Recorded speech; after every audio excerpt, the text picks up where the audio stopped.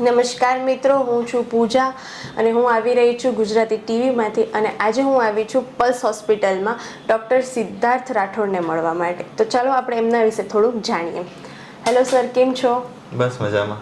Okay sir, પહેલાં first અમારા દર્શકોને તમારું થોડુંક નાનું એવું ઇન્ટ્રોડક્શન આપી દો. મારું નામ ડૉક્ટર સિદ્ધાર્થ રાઠોડ છે. હું અહીંયા પલ્સ હોસ્પિટલમાં કન્સલ્ટન્ટ ફિઝિશિયન તરીકે સેવા બજાવું છું. એક ક્વેશ્ચન છે તમને કે આજની જે જનરેશન છે એ નાની એવી ઉંમરમાં એ લોકોને બીમારી આવવા માંડી છે. ડાયાબિટીસ છે, બીપીનો પ્રોબ્લેમ છે, કોલેસ્ટ્રોલનો પ્રોબ્લેમ છે.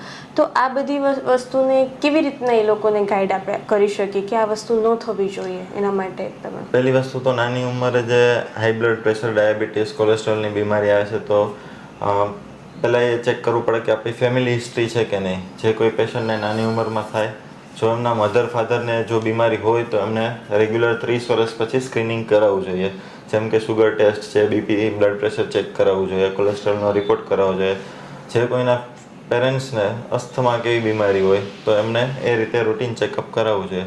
જેથી કરીને અગાઉના સ્ટેજમાં જ ખબર પડી જાય તો બીમારીનો જે આગળ વધતી હોય એ અટકી જાય. શકે છે. ના, સાચી વાત છે તો તમારી. જેમ આપણે વાત કરી ચેકઅપ માટેની, રાઈટ, તો હવે એ કઈ એજથી હેલ્થ ચેકઅપ રૂટીન ચાલુ કરવું જોઈએ અને કેટલા ટાઈમ પિરિયડમાં કરવું જોઈએ આપણે એમ? જે લોકોની ફેમિલી હિસ્ટ્રીમાં હાર્ટ એટેકની કોઈ બીમારી હોય, અસ્થમા હોય, બ્લડ પ્રેશરની બીમારી હોય, ડાયાબિટીસ હોય, એમને 30 વર્ષ પછી વર્ષમાં એક વખત રૂટીન ટેસ્ટ કરાવવા જોઈએ.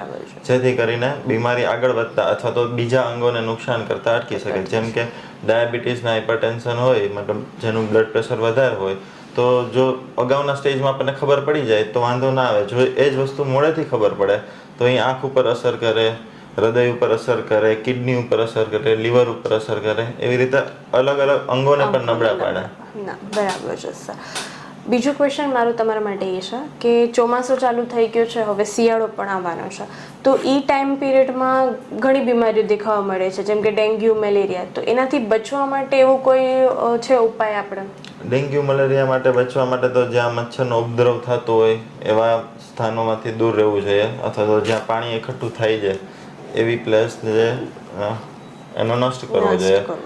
તો એનાથી આપણે બચી શકીએ. રેપેલેન્ટ લગાડવું જોઈએ કોઈ બી, અને જ્યાં સુધી બને ત્યાં સુધી ફૂલ સ્લીવવાળા કપડાં પહેરવા જોઈએ, અને બાળકોને પણ એવી જ રીતે કપડાં પહેરવા જોઈએ.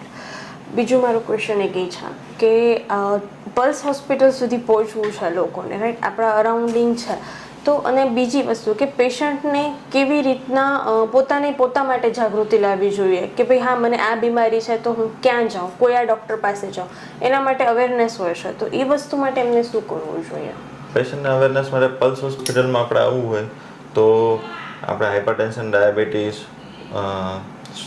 છાતીમાં દુખાવો થાય તોય આવી શકે, હાથ પગમાં નબળાઈ લાગતી હોય તો આવી શકે, કોઈને લાંબા સમયથી તાવ મળતો નથી, કફ ઉધરસ વધારે થાય છે, કોઈ નશા કરે છે અને એ છોડાવવા છે, એવી રીતે વિવિધ બીમારીઓ હોય તો એ પ્રમાણે પલ્સ હોસ્પિટલમાં આપણે મલ્ટી સ્પેશિયાલિટી બધા ડૉક્ટરો મળી રહે છે તો સૌથી સારું સ્થાન છે અને ઓછા દરે અને વધુ સારવાર આપતી હોસ્પિટલ છે. ના, ખૂબ સરસ છે સર. ખાલી મારું એક લાસ્ટ ક્વેશ્ચન તમારા માટે એ રહેશે કે હમણાં તમે જ્યારે સ્ટડી સ્ટાર્ટ કરી, પ્રેક્ટિસ ચાલુ હતી, એમનાથી હમણાં સુધીમાં તમારી એવી કોઈ મુમેન્ટ તમે શેર કરવા માગશો જેમાં તમને ફની મુમેન્ટ હોય કે હા, કે તમારા માટે યાદગાર રહી હોય એવી કોઈ પળ તમે અમારી સાથે શેર કરવા માંગતા હોય તો તમે કહી શકો છો? એટલે કોઈ બી પેશન્ટ હોય ને એ આપણી આગળ આવે ને ત્યારે આપણે એને, મતલબ સપોઝ કે કોઈને વોમિટિંગની હિસ્ટ્રી છે તો આપણે કહીએ કે ભાઈ ECG કરાવવો પડશે તમારે. તો એમ કે શું કરાવવાની જરૂર છે, એમ કંઈ કરાવવાની જરૂર નથી, પણ આપણને ખબર છે કે ભાઈ એજેડ હોય કે કંઈ આગળ કોમોર્બિડિટીઝ હોય તો ECG કરાવવાનું કે હાર્ટ રિલેટેડ કે કન્ડિશન છે કે નહીં તો એ ચેક કરી લે. પણ પેશન્ટ અથવા તો એના સગા એમ કે કંઈ આપણે ખાલી ખોટો ખર્ચો કરવાની જરૂર નથી એમ.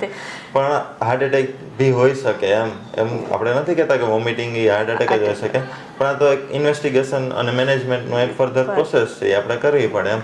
ત્યારે સગા અને પેશન્ટ પોતે એમ કે નહીં કંઈ નથી કરાવવું, તમે ઉલટીની દવા લખી દો ને મેં ફરક ઠીક પડી થઈ જશે. હા actually. પછી પણ એ લોંગ રીતે ટર્મ ના- એનું રિઝલ્ટ હા, હોય તો પછી આ ખબર પછી પડતી 10-15 દિવસ મહિના દિવસ પછી ખબર પડે કે ભાઈ સ્ટાર્ટિંગના ફેઝમાં આપણે કરી લીધું હોત તો સારું હોત હોત. એમ. બરાબર. મોટા ખર્ચાથી બચી જાત, બચી જાય. નાનાથી થઈ જાત એમ. ના છે એકચ્યુઅલી આ અવેરનેસના લીધે આ વસ્તુ થતી હોય છે ને એ અવેરનેસને સમટાઈમ્સ આપણે તમે ક્યારે આવા કેમ્પ કે એવું કંઈ કરતા હોય છો હોસ્પિટલ થ્રુ કે લોકોને જાગૃતિ મળી શકે એના રિગાર્ડિંગ તમે એવું ક્યારે આગળ વિચાર્યું છે તમે એના હા, લોકોને જાગૃતિ મેળવવા માટે એક તો સોશિયલ મીડિયા બેસ્ટ અત્યારે માધ્યમ છે જ. યસ કે સોશિયલ મીડિયા થ્રુ રીલ્સમાં કે એવી રીતે કોઈ ગાઈડન્સ મળતું હોય તો એ જોઈ શકે. પ્લસ તમારા બાળકો અથવા તો કોલેજિયન સ્ટુડન્ટ્સ હોય તો એમને સ્કૂલમાં અથવા તો કોલેજમાં એવી રીતે નોલેજ પૂરું પાડવું પડે જેથી કરીને એ લોકોને જાગૃતતા વધે કે ભાઈ મને આવા સિમ્ટમ્સ છે તો મારે આ ટેસ્ટ કરવા જશે ને આ ડૉક્ટરને મળવાનું થશે.